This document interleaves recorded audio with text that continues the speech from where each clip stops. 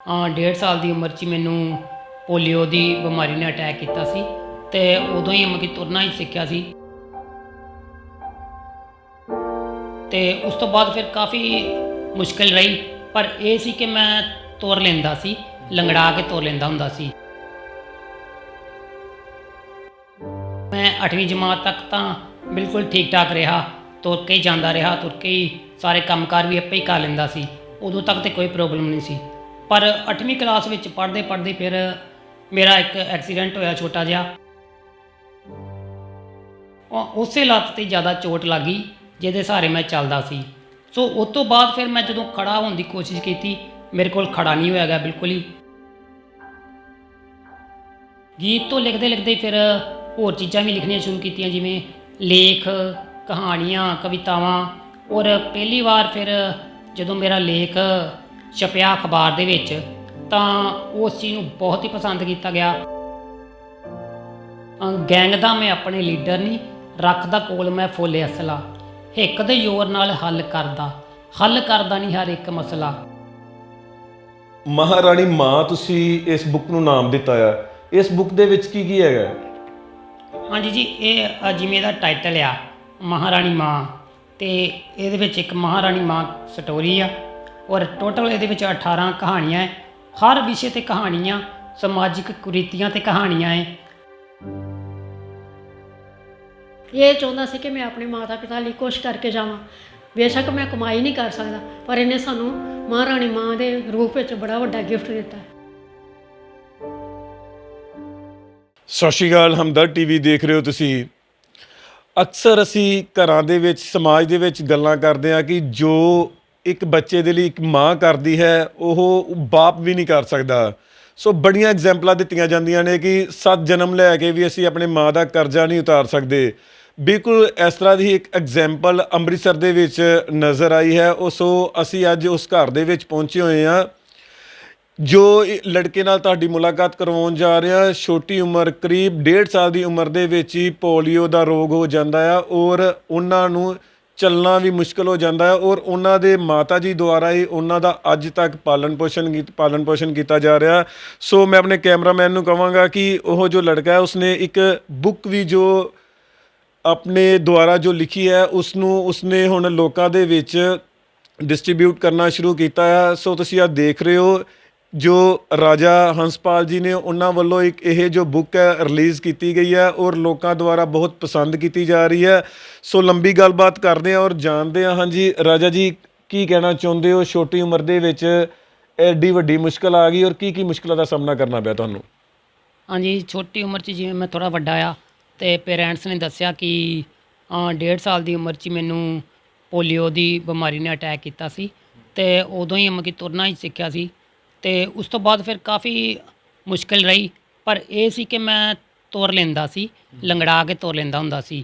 ਫਿਰ ਬਸ ਉਸੇ ਤਰ੍ਹਾਂ ਹੀ ਤੁਰਦਾ ਰਿਹਾ। ਫਿਰ ਸਕੂਲ ਦੀ ਪੜ੍ਹਾਈ ਦਾ ਸਿਲਸਿਲਾ ਸ਼ੁਰੂ ਹੋਇਆ, ਸਕੂਲ ਗਿਆ। ਉਦੋਂ ਤੱਕ ਮੈਂ 8ਵੀਂ ਜਮਾਤ ਤੱਕ ਤਾਂ ਬਿਲਕੁਲ ਠੀਕ ਠਾਕ ਰਿਹਾ, ਤੁਰ ਕੇ ਹੀ ਜਾਂਦਾ ਰਿਹਾ, ਤੁਰ ਕੇ ਹੀ ਸਾਰੇ ਕੰਮਕਾਰ ਵੀ ਆਪੇ ਹੀ ਕਰ ਲੈਂਦਾ ਸੀ। ਉਦੋਂ ਤੱਕ ਤਾਂ ਕੋਈ ਪ੍ਰੋਬਲਮ ਨਹੀਂ ਸੀ, ਪਰ 8ਵੀਂ ਕਲਾਸ ਵਿੱਚ ਪੜ੍ਹਦੇ ਪੜ੍ਹਦੇ ਫਿਰ ਮੇਰਾ ਇੱਕ ਐਕਸੀਡੈਂਟ ਹੋਇਆ ਛੋਟਾ ਜਿਹਾ। ਉਹ ਤੋਂ ਮੈਂ ਫਿਰ ਮੇਰੇ ਉਸੇ ਲੱਤ 'ਤੇ ਜ਼ਿਆਦਾ ਚੋਟ ਲੱਗ ਗਈ ਜਿਹਦੇ ਸਹਾਰੇ ਮੈਂ ਚੱਲਦਾ ਸੀ। ਸੋ ਉਸ ਤੋਂ ਬਾਅਦ ਫਿਰ ਮੈਂ ਜਦੋਂ ਖੜ੍ਹਾ ਹੋਣ ਦੀ ਕੋਸ਼ਿਸ਼ ਕੀਤੀ, ਮੇਰੇ ਕੋਲ ਖੜ੍ਹਾ ਨਹੀਂ ਹੋਇਆ ਗਿਆ ਬਿਲਕੁਲ ਹੀ। ਅਤੇ ਜੇ ਮੈਂ ਖੜ੍ਹਾ ਹੁੰਦਾ ਵੀ ਤਾਂ ਡਿੱਗ ਪੈਂਦਾ, ਤਾਂ ਫਿਰ ਮੈਂ ਇਹੀ ਸੋਚਿਆ ਕਿ ਨਹੀਂ, ਹੁਣ ਮਤਲਬ ਕਿ ਖੜ੍ਹਾ ਹੋਊਂਗਾ, ਡਿੱਗੂੰਗਾ, ਕੋਈ ਹੋਰ ਸੱਟ ਪੇਟ ਲੱਗੂਗੀ। ਸੋ ਡਾਕਟਰਾਂ ਨੇ ਵੀ ਕਹਿ ਦਿੱਤਾ ਕਿ ਨਹੀਂ, ਹੁਣ ਮਤਲਬ ਕਿ ਤੁਰਨਾ ਕਠਿਨ ਆ, ਕਿਉਂਕਿ ਉਸੇ ਲੱਤ 'ਤੇ ਜ਼ਿਆਦਾ ਸੱਟ ਲੱਗੀ ਆ। ਅਤੇ ਇਸ ਕਰਕੇ ਫਿਰ ਦੁਬਾਰਾ ਤੁਰਨ ਦੀ ਕੋਸ਼ਿਸ਼ ਨਹੀਂ ਕੀਤੀ, ਤਾਂ ਮੈਂ ਫਿਰ ਵੀਲਚੇਅਰ 'ਤੇ ਹੀ ਆਪਣਾ ਜੀਵਨ ਬਾਕੀ ਬਤੀਤ ਕਰਨਾ ਸ਼ੁਰੂ ਕੀਤਾ। ਤਾਂ ਰਾਜੀ, ਮੈਂ ਜਾਣਨਾ ਚਾਹਾਂਗਾ ਕਿ ਮਨ ਦੇ ਵਿੱਚ ਕਿਸ ਤਰ੍ਹਾਂ ਆਇਆ ਕਿ ਮੈਂ ਇੱਕ ਬੁੱਕ ਲਿਖਾਂ? ਛੋਟੇ ਹੁੰਦੇ ਤੋਂ ਸ਼ੌਂਕ ਸੀ ਜਾਂ ਜਦੋਂ ਤੁਸੀਂ ਘਰ ਰਹਿਣਾ ਸ਼ੁਰੂ ਕੀਤਾ ਤਾਂ ਫਿਰ ਲਿਖਣਾ ਸ਼ੁਰੂ ਕੀਤਾ? ਹਾਂਜੀ, ਜਦੋਂ ਮੈਂ ਜੀ ਸਕੂਲੇ ਹੀ ਪੜ੍ਹਦਾ ਹੁੰਦਾ ਸੀ ਤਾਂ ਉਦੋਂ ਮੈਨੂੰ ਗਾਉਣ ਦਾ ਬਹੁਤ ਸ਼ੌਂਕ ਹੁੰਦਾ ਸੀ ਕਿ ਜਿਵੇਂ ਮੈਂ ਸਕੂਲ ਵਿੱਚ ਗਾਣੇ ਬੋਲਣੇ, ਉਹ ਸਾਰੇ ਟੀਚਰਾਂ ਨੇ, ਸਾਰੇ ਬੱਚਿਆਂ ਨੇ ਉਸ ਚੀਜ਼ ਨੂੰ ਬਹੁਤ ਪਸੰਦ ਕਰਨਾ। ਸੋ ਇੱਥੋਂ ਹੀ ਮੈਨੂੰ ਫਿਰ ਗਾਉਂਦੇ ਗਾਉਂਦੇ ਮੈਨੂੰ ਲਿਖਣ ਦਾ ਸ਼ੌਂਕ ਪਿਆ। ਸੋ ਥੋੜ੍ਹਾ ਥੋੜ੍ਹਾ ਲਿਖਦੇ ਫਿਰ ਮੈਂ ਪੰਜਾਬੀ ਗੀਤ ਲਿਖਣੇ ਸ਼ੁਰੂ ਕੀਤੇ। ਤਾਂ ਉਹਨਾਂ ਦਿਨਾਂ ਵਿੱਚ ਕਿਸੇ ਜਾਣਕਾਰ ਦੇ ਥਰੂ 1-2 ਸਿੰਗਰ ਮੇਰੇ ਘਰ ਆਏ, ਉਹਨਾਂ ਨੇ ਗੀਤ ਵੇਖੇ ਅਤੇ ਉਹਨਾਂ ਨੇ ਮਤਲਬ ਕਿ ਬਹੁਤ ਹੀ ਮੈਨੂੰ ਉਤਸ਼ਾਹਿਤ ਕੀਤਾ, ਬਹੁਤ ਹੀ ਮਤਲਬ ਕਿ ਹੌਸਲਾ ਅਫਜ਼ਾਈ ਕੀਤੀ ਕਿ ਤੂੰ ਬਹੁਤ ਵਧੀਆ ਲਿਖਦਾ ਹੈ। ਸੋ ਇਹ ਉਹ ਉਹਨਾਂ ਦੀ ਕੀਤੀ ਹੈ ਹੌਸਲਾ ਅਫਜ਼ਾਈ ਕਰਕੇ ਹੀ ਮੈਂ ਮਤਲਬ ਕਿ ਫਿਰ ਗੀਤ ਲਿਖਣੇ ਸ਼ੁਰੂ ਕੀਤੇ। ਅਤੇ ਗੀਤ ਤੋਂ ਲਿਖਦੇ ਲਿਖਦੇ ਫਿਰ ਹੋਰ ਚੀਜ਼ਾਂ ਵੀ ਲਿਖਣੀਆਂ ਸ਼ੁਰੂ ਕੀਤੀਆਂ, ਜਿਵੇਂ ਲੇਖ, ਕਹਾਣੀਆਂ, ਕਵਿਤਾਵਾਂ। ਔਰ ਪਹਿਲੀ ਵਾਰ ਫਿਰ ਜਦੋਂ ਮੇਰਾ ਲੇਖ ਛਪਿਆ ਅਖਬਾਰ ਦੇ ਵਿੱਚ ਤਾਂ ਉਸ ਚੀਜ਼ ਨੂੰ ਬਹੁਤ ਹੀ ਪਸੰਦ ਕੀਤਾ ਗਿਆ, ਬਹੁਤ ਸਾਰੀਆਂ ਫ਼ੋਨ ਕਾਲਸ ਆਈਆਂ। ਸੋ ਇਹਨਾਂ ਚੀਜ਼ਾਂ ਨੇ ਮੇਰਾ ਕਾफ़ੀ ਹੌਸਲਾ ਅਫਜ਼ਾਈ ਕੀਤੀ ਅਤੇ ਮੈਨੂੰ ਮਤਲਬ ਕਿ ਫਿਰ ਇਹ ਚੇਟਕ ਲੱਗੀ ਲਿਖਣ ਦੀ। ਤਾਂ ਰਾਜਾ ਜੀ, ਮੈਂ ਜਾਣਨਾ ਚਾਹਾਂਗਾ ਜਿਹੜੇ ਤੁਸੀਂ ਗੀਤ ਲਿਖੇ ਸੀ, ਕਿਹੜੇ ਗੀਤ ਲਿਖੇ ਸੀ, ਕਿਹੜੇ ਜਿਹੜੇ ਸਿੰਗਰ ਨੇ ਉਹਨਾਂ ਨੇ ਉਹਨਾਂ ਗੀਤਾਂ ਨੂੰ ਗਾਇਆ? ਔਰ ਥੋੜ੍ਹਾ ਮੈਂ ਇਹ ਵੀ ਚਾਹਾਂਗਾ ਕਿ ਸਾਡੇ ਦਰਸ਼ਕਾਂ ਨੂੰ ਥੋੜ੍ਹੇ ਉਹਨਾਂ ਗੀਤ ਜਿਹੜੇ ਤੁਸੀਂ ਸੁਣਾ ਕੇ ਵੀ ਦੱਸੋ। ਹਾਂਜੀ, ਮੈਂ ਮਤਲਬ ਕਿ ਜਦੋਂ ਗੀਤ ਲਿਖਣੇ ਸ਼ੁਰੂ ਕੀਤੇ ਤਾਂ ਫਿਰ ਹਰ ਟੌਪਿਕ 'ਤੇ ਲਗਭਗ ਗੀਤ ਲਿਖਿਆ, ਚਾਹੇ ਉਹ ਸੈਡ ਹੁੰਦਾ ਹੈ, ਚਾਹੇ ਉਹ ਰੋਮਾਂਟਿਕ ਹੁੰਦਾ ਹੈ, ਚਾਹੇ ਉਹ ਬੀਟ ਸੌਂਗ ਹੁੰਦੇ ਆ, ਹਰ ਤਰ੍ਹਾਂ ਦਾ ਮੈਂ ਗੀਤ ਲਿਖਣੇ ਸ਼ੁਰੂ ਕੀਤੇ। ਤਾਂ ਸਭ ਤੋਂ ਪਹਿਲਾ ਜੋ ਮੇਰਾ ਗੀਤ ਸੀ ਉਹ ਯੂਕੇ ਦਾ ਮੁੰਡਾ ਹੈ ਸਿਮਜ਼ ਸਿੰਘ, ਉਹ ਸੌਂਗ ਦਾ ਨਾਂ ਸੀ ਕ੍ਰਿਮੀਨਲ, ਉਹ ਸਾਡਾ ਰਿਲੀਜ਼ ਹੋਇਆ।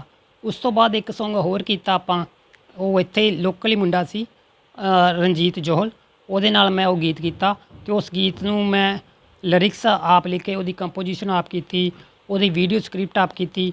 ਉਹ ਸੌਂਗ ਦਾ ਨਾਂ ਸੀ ਗੈਂਗ। ਅਤੇ ਇਹ ਸੌਂਗ ਇੱਕ ਮਤਲਬ ਕਿ ਮੈਸੇਜ ਸੌਂਗ ਸੀ ਅਤੇ ਇਹਦੇ ਵਿੱਚ ਅਸੀਂ ਇਹ ਦੱਸਿਆ ਸੀ ਕਿ ਉਹਨਾਂ ਦਿਨਾਂ ਵਿੱਚ ਗੈਂਗਵਾਦ ਬਹੁਤ ਸੀ। ਸੋ ਆਪਾਂ ਗੈਂਗਵਾਦ ਦੇ ਖਿਲਾਫ ਕਿ ਗੈਂਗਵਾਦ ਬੰਦ ਹੋਣਾ ਚਾਹੀਦਾ ਹੈ, ਇਹ ਮਤਲਬ ਕਿ ਉਸ ਟੌਪਿਕ 'ਤੇ ਗੀਤ ਸੀ ਜੀ। ਅਤੇ ਇਹ ਆਪਾਂ ਫਿਰ ਆਪ ਰਿਲੀਜ਼ ਕਰਵਾਇਆ ਸੀ। 2 ਲਾਈਨਾਂ ਸੁਣਾ ਕੇ ਦੱਸੋ। ਹਾਂਜੀ, ਉਹ ਗੀਤ ਹੈਗਾ ਸੀ ਗੈਂਗ ਦਾ ਮੈਂ ਆਪਣੇ ਲੀਡਰ ਨਹੀਂ, ਰੱਖਦਾ ਕੋਲ ਮੈਂ ਫੁੱਲ ਅਸਲਾ, ਹਿੱਕ ਦੇ ਜ਼ੋਰ ਨਾਲ ਹੱਲ ਕਰਦਾ ਨਹੀਂ ਹਰ ਇੱਕ ਮਸਲਾ, ਸਾਰਾ ਜੱਗ ਜਾਣਦਾ ਹੈ ਮੇਰੇ ਜ਼ੋਰ ਨੂੰ, ਸ਼ੇਰਾਂ ਵਰਗੀ ਏ ਸੀਨੇ 'ਚ ਦਲੇਰੀ, ਕੰਬਦੇ ਨੇ ਵੈਰੀ ਮੇਰੀ ਦਹਿਸ਼ਤ ਤੋਂ, ਤੇਰੇ ਅੱਗੇ ਪੇਸ਼ ਕੋਈ ਚੱਲਦੀ ਨਾ ਮੇਰੀ, ਕੰਬਦੇ ਨੇ ਵੈਰੀ ਮੇਰੀ ਦਹਿਸ਼ਤ ਤੋਂ, ਤੇਰੇ ਅੱਗੇ ਪੇਸ਼ ਕੋਈ ਚੱਲਦੀ ਨਾ ਮੇਰੀ। ਤਾਂ ਮੈਂ ਜਾਣਨਾ ਚਾਹਾਂਗਾ ਕਿ ਜਿਸ ਤਰ੍ਹਾਂ ਹੀ ਪੜ੍ਹ ਪਾ ਰਿਹਾ ਕਿ ਮਹਾਰਾਣੀ ਮਾਂ ਤੁਸੀਂ ਇਸ ਬੁੱਕ ਨੂੰ ਨਾਮ ਦਿੱਤਾ ਆ, ਇਸ ਬੁੱਕ ਦੇ ਵਿੱਚ ਕੀ ਕੀ ਹੈਗਾ? ਹਾਂਜੀ ਜੀ, ਇਹ ਜਿਵੇਂ ਇਹਦਾ ਟਾਈਟਲ ਆ ਮਹਾਰਾਣੀ ਮਾਂ, ਅਤੇ ਇਹਦੇ ਵਿੱਚ ਇੱਕ ਮਹਾਰਾਣੀ ਮਾਂ ਸਟੋਰੀ ਆ ਔਰ ਟੋਟਲ ਇਹਦੇ ਵਿੱਚ 18 ਕਹਾਣੀਆਂ ਹੈ, ਹਰ ਵਿਸ਼ੇ 'ਤੇ ਕਹਾਣੀਆਂ, ਸਮਾਜਿਕ ਕੁਰੀਤੀਆਂ 'ਤੇ ਕਹਾਣੀਆਂ ਹੈ। ਜਿਵੇਂ ਵਕੀਲ ਸਾਹਿਬਾ ਕਹਾਣੀ ਆ, ਉਹ ਦਾਜ ਪ੍ਰਥਾ 'ਤੇ ਚੋਟ ਕਰਦੀ ਆ। ਮੌਤ ਤੋਂ ਜ਼ਿੰਦਗੀ ਤੱਕ ਕਹਾਣੀ ਆ। ਇੱਕ ਔਰਤ ਦੇ ਦੁੱਖ ਨੂੰ ਬਿਆਨ ਕਰਨ ਵਾਲੀ ਕਹਾਣੀ ਆ ਕਿ ਕਿਸ ਤਰ੍ਹਾਂ ਉਹ ਜ਼ਿੰਦਗੀ ਤੋਂ ਹਾਰ ਚੁੱਕੀ ਸੀ ਅਤੇ ਉਹਨੂੰ ਇੱਕ ਨਵਾਂ ਜੀਵਨ ਦਿੱਤਾ ਜਾਂਦਾ ਹੈ।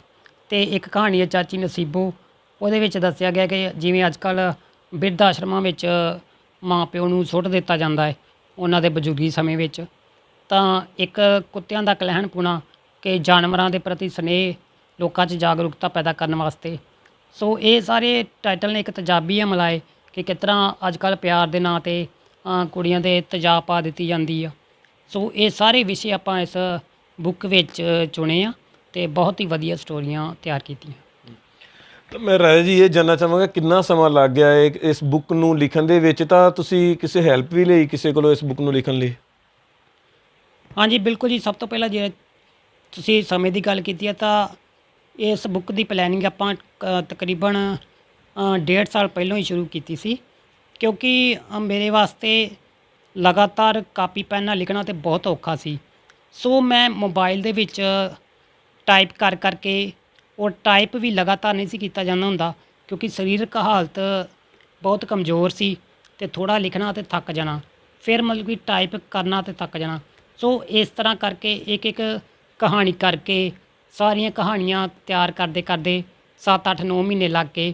ਫਿਰ ਜਿਹੜਾ ਅਖਬਾਰ ਆਪਣਾ ਕਿਤਾਬ ਛਪਵਾਉਣ ਦਾ ਗੱਲ ਹੁੰਦੀ ਆ, ਇਹ 'ਤੇ ਵੀ ਬਹੁਤ ਜ਼ਿਆਦਾ ਖਰਚਾ ਹੁੰਦਾ ਹੈ, ਕਈ ਹਜ਼ਾਰਾਂ ਵਿੱਚ ਹੁੰਦਾ ਹੈ।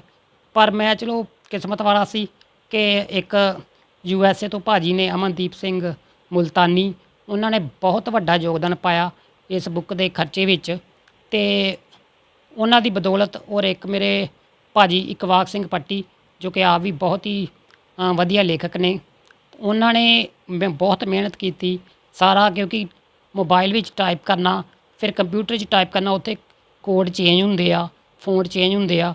ਸੋ ਬਹੁਤ ਹੀ ਜ਼ਿਆਦਾ ਮਿਹਨਤ ਉਹਨਾਂ ਨੇ ਵੀ ਕੀਤੀ।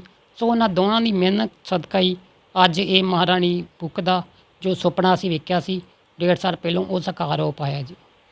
ਤਾਂ ਭਾਜੀ ਮੈਂ ਵੀ ਜਾਣਨਾ ਚਾਹਾਂਗਾ ਕਿ ਜਿਸ ਤਰ੍ਹਾਂ ਤੁਸੀਂ ਮਹਾਰਾਣੀ ਮਾਂ ਨਾਮ ਰੱਖਿਆ ਆ, ਮਾਂ ਦਾ ਇਹਦੇ ਵਿੱਚ ਕੀ ਖਾਸ ਹੈ ਇਸ ਬੁੱਕ ਦੇ ਵਿੱਚ ਮਾਂ ਦੇ ਬਾਰੇ? ਦੂਸਰਾ ਹੈ ਕਿ ਤੁਸੀਂ ਜੋ ਆਪਣੀਆਂ ਕੋਈ ਫੀਲਿੰਗਸ ਵੀ ਇਹਦੇ ਵਿੱਚ ਲਿਖੀਆਂ ਨੇ। ਹਾਂਜੀ ਬਿਲਕੁਲ ਆਪਣੀਆਂ ਫੀਲਿੰਗ ਹੈਗੀਆਂ, ਮੇਰੀਆਂ ਆਪਣੇ ਜਜ਼ਬਾਤ ਵੀ ਨੇ।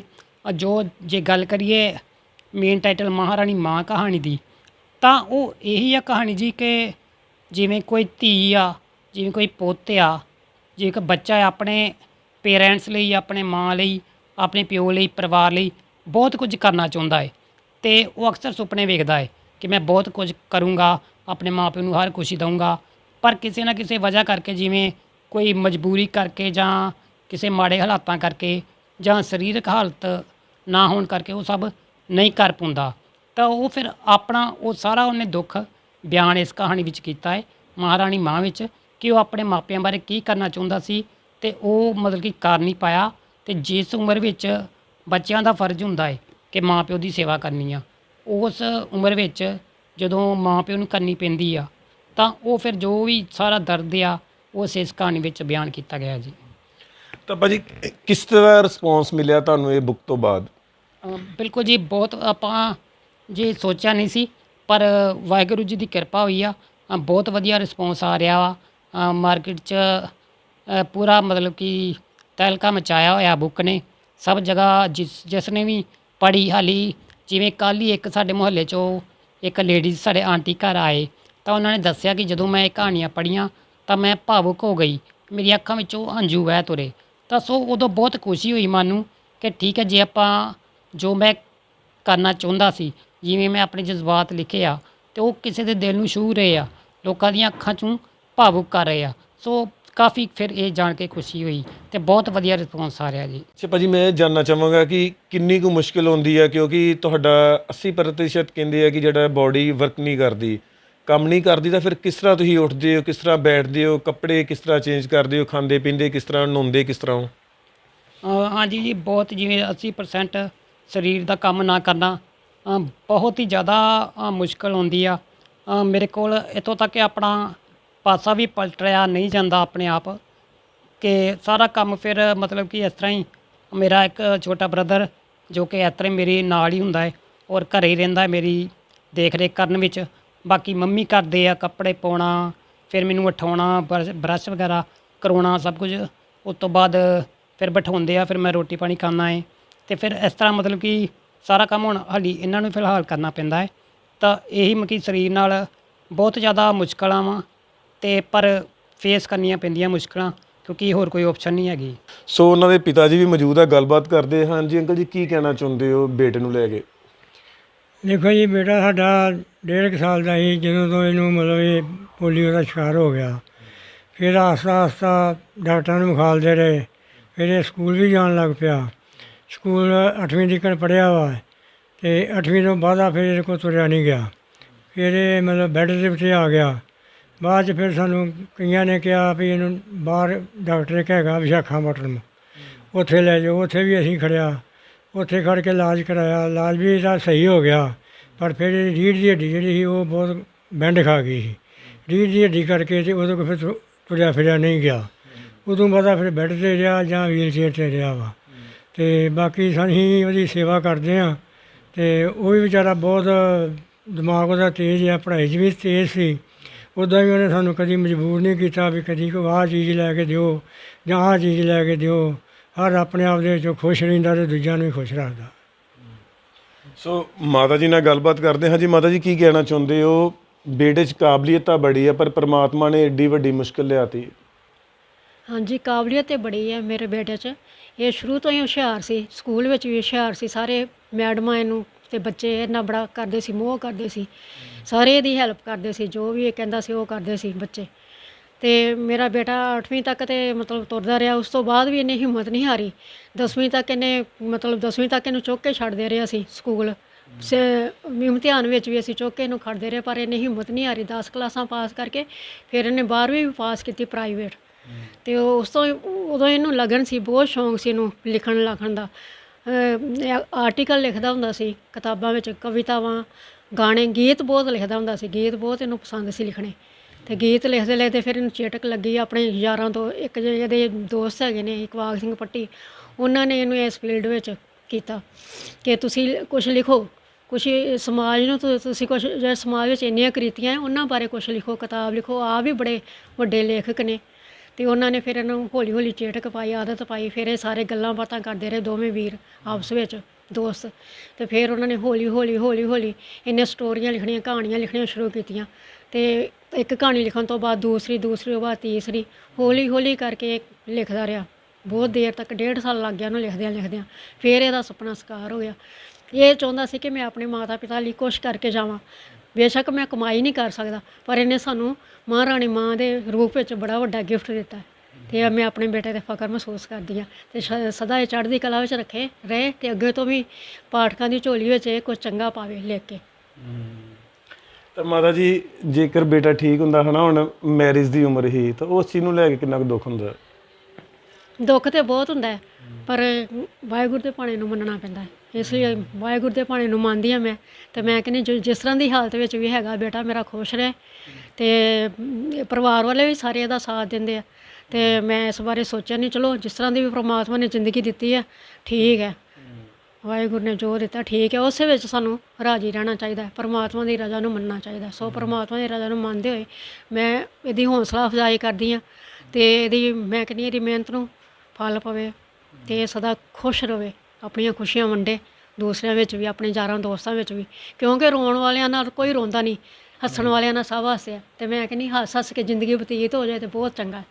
ਰੋ ਕੇ ਕੱਟਣ ਨਾਲ ਜ਼ਿੰਦਗੀ ਹੱਸ ਕੇ ਕੱਟੋ, ਚੜ੍ਹਦੀ ਕਲਾ ਵਿੱਚ ਰਹੋ ਤੇ ਦੂਸਰਿਆਂ ਨੂੰ ਵੀ ਖੁਸ਼ ਰੱਖੋ। ਇਹੋ ਹੀ ਖੁਸ਼ੀ ਹੈ। ਬਹੁਤ ਵੱਡੀ ਗੱਲ ਹੈ, ਬਹੁਤ ਵੱਡੀ ਗੱਲ ਹੈ। ਸੋ ਲਾਸਟ 'ਚ ਗੱਲਬਾਤ ਫਿਰ ਇੱਕ ਵਾਰ ਕਰਦੇ ਹਾਂ ਰਾਜਾ ਜੀ ਨਾਲ। ਲਾਸਟ 'ਚ ਕੀ ਮੈਸੇਜ ਦੇਣਾ ਚਾਹੁੰਦੇ ਹੋ? ਕਿਉਂਕਿ ਬਹੁਤ ਵੱਡੀ ਐਗਜ਼ਾਮਪਲ ਤੁਸੀਂ ਸੈੱਟ ਕੀਤੀ ਹੈ। ਜਿਹੜੇ ਲੋਕ ਛੋਟੀਆਂ ਛੋਟੀਆਂ ਗੱਲਾਂ ਨੂੰ ਲੈ ਕੇ ਹੌਸਲਾ ਹਾਰ ਜਾਂਦੇ ਆ, ਉਹਨਾਂ ਨੂੰ ਕੀ ਮੈਸੇਜ ਦੇਣਾ ਚਾਹੁੰਦੇ ਹੋ? ਬਿਲਕੁਲ ਹਾਂਜੀ ਜੀ, ਜਿਵੇਂ ਜ਼ਿੰਦਗੀ ਇੱਕ ਸਟਰਗਲ ਆ, ਇੱਕ ਸੰਘਰਸ਼ ਦਾ ਨਾਂ ਹੁੰਦੀ ਆ। ਤਾਂ ਇਹ ਸੰਘਰਸ਼ ਨੂੰ ਰੋਜ਼-ਰੋਜ਼ ਨਿਤ ਲੜਨਾ ਪੈਂਦਾ ਹੈ। ਤੇ ਕਦੀ ਵੀ ਕਿਸੇ ਵੀ ਛੋਟੀ ਗੱਲ ਤੋਂ ਹਾਰ ਨਾ ਮੰਨੋ। ਮਤਲਬ ਕਿ ਠੀਕ ਆ ਕਿ ਜੋ ਸਾਡੇ ਕੋਲ ਜੇ ਇੱਕ ਰਾਹ ਬੰਦ ਹੋ ਜੇ ਤਾਂ 100 ਰਾਹ ਖੁੱਲ੍ਹੇ ਵੀ ਹੋ ਜਾਂਦੇ ਆ। ਬਸ ਵੇਖਣ ਦੀ ਲੋੜ ਹੁੰਦੀ ਆ ਤੇ ਸਮਝਣ ਦੀ ਲੋੜ ਹੁੰਦੀ ਆ। ਸੋ ਛੋਟੀਆਂ ਗੱਲਾਂ ਪਿੱਛੇ ਜ਼ਿੰਦਗੀ ਨੂੰ ਐਵੇਂ ਅਜਾਈ ਨਹੀਂ ਗਵਾਉਣਾ ਚਾਹੀਦਾ। ਹਿੰਮਤ ਨਾਲ, ਹੌਂਸਲੇ ਨਾਲ ਤੇ ਬੜੀ ਸਿਆਣਪ ਸਮਝ ਨਾਲ ਇਸ ਲਾਈਫ ਨੂੰ ਜਿਉਣਾ ਚਾਹੀਦਾ ਹੈ। ਇਹਨੂੰ ਸਾਰਥਕ ਬਣਾਉਣਾ ਚਾਹੀਦਾ ਹੈ ਔਰ ਕੋਸ਼ਿਸ਼ ਕਰਨੀ ਚਾਹੀਦੀ ਆ ਕਿ ਸਮਾਜ ਲਈ ਕੁਝ ਕਰੀਏ, ਆਪਣੇ ਪੇਰੈਂਟਸ ਲਈ ਕੁਝ ਕਰੀਏ ਤੇ ਆਪਣੇ ਆਪ ਲਈ ਵੀ ਕੁਝ ਕਰੀਏ, ਤਾਂ ਜੋ ਸਾਡੇ ਨਾਲ ਜੁੜੇ ਹਰ ਵਿਅਕਤੀ ਨੂੰ ਫਖਰ ਮਹਿਸੂਸ ਹੋਵੇ ਤੇ ਚੰਗਾ ਮਹਿਸੂਸ ਹੋਵੇ। ਸੋ ਇਹ ਸਨ ਰਾਜਾ ਹੰਸਪਾਲ, ਜਿਨ੍ਹਾਂ ਨੇ ਬਹੁਤ ਵੱਡਾ ਮੈਸੇਜ ਦਿੱਤਾ ਹੈ ਕਿ ਜਿਹੜੇ ਛੋਟੀਆਂ ਮੁਸ਼ਕਲਾਂ ਕਰਕੇ ਹੌਸਲਾ ਹਾਰ ਜਾਂਦੇ ਨੇ, ਉਹਨਾਂ ਨੂੰ ਹੌਸਲਾ ਹਾਰਨਾ ਨਹੀਂ ਚਾਹੀਦਾ। ਜੇਕਰ ਪ੍ਰਮਾਤਮਾ ਤੁਹਾਡਾ ਇੱਕ ਦਰਵਾਜ਼ਾ ਬੰਦ ਕਰਦਾ ਹੈ ਤਾਂ ਉਹ 100 ਦਰਵਾਜ਼ੇ ਨਾਲ ਖੋਲ੍ਹ ਵੀ ਦਿੰਦਾ ਹੈ। ਸੋ ਤੁਸੀਂ ਇਸ ਤਰ੍ਹਾਂ ਜੁੜੇ ਰਹੋ ਸਾਡੇ ਨਾਲ, ਤੁਹਾਨੂੰ ਨਵੀਂ ਤੋਂ ਨਵੀਂ ਅਪਡੇਟ ਦਿੰਦੇ ਰਵਾਂਗੇ। ਕੈਮਰਾਮੈਨ JP ਸਨੋਤਰਾ ਦੇ ਨਾਲ ਅੰਮ੍ਰਿਤਸਰ ਤੋਂ ਪ੍ਰਦੀਪ ਅਰੋੜਾ ਦੀ ਰਿਪੋਰਟ।